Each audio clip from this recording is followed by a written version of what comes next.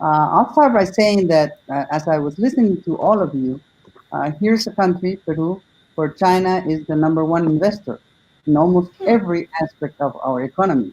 Is the number one investor in mining. You know, this is mostly a mining country. It's number one in fishing, number two in the area in Chile, and it's number one in oil, carbon as well. So and you name it, it's going on and on and on, and so there you have a practical case for Hmm. for the things that I've been listening you're discussing. Now, maybe because today I'm involved with the university. I preside over a private university here.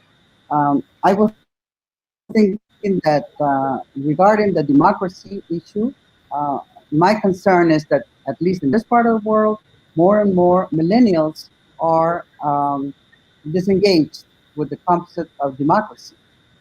They really do Hmm. not think that it's that important, and and I think was talking about 1968 and what it meant. And I think that it meant at the time maybe that universities thought that students were too political, and then they moved in a backlash. And now I think we're seeing maybe the effects of that.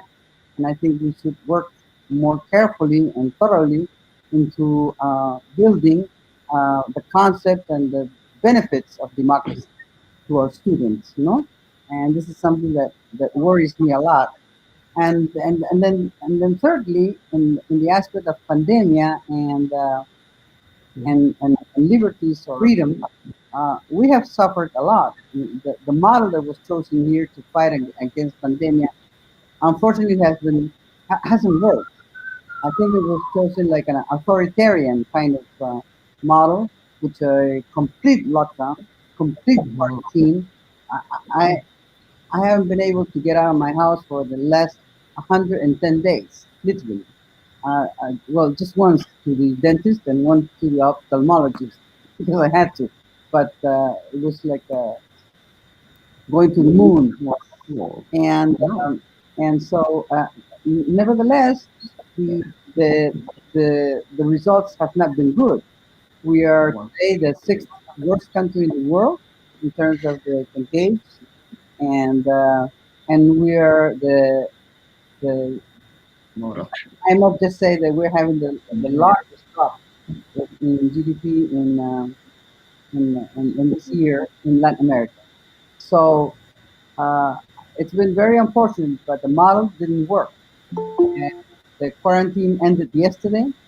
I don't know what's going to happen in the next forthcoming week, and I hope it doesn't create a growth spike. But I am I can see how everything that you discussed there has been moving along in terms of very practical moves of China in entering an economy that is rich in commodities like oil and mining and fishing, and today they're the key players in this country. So I just leave it at that, and maybe we can listen to the president. Yeah, Hmm. okay.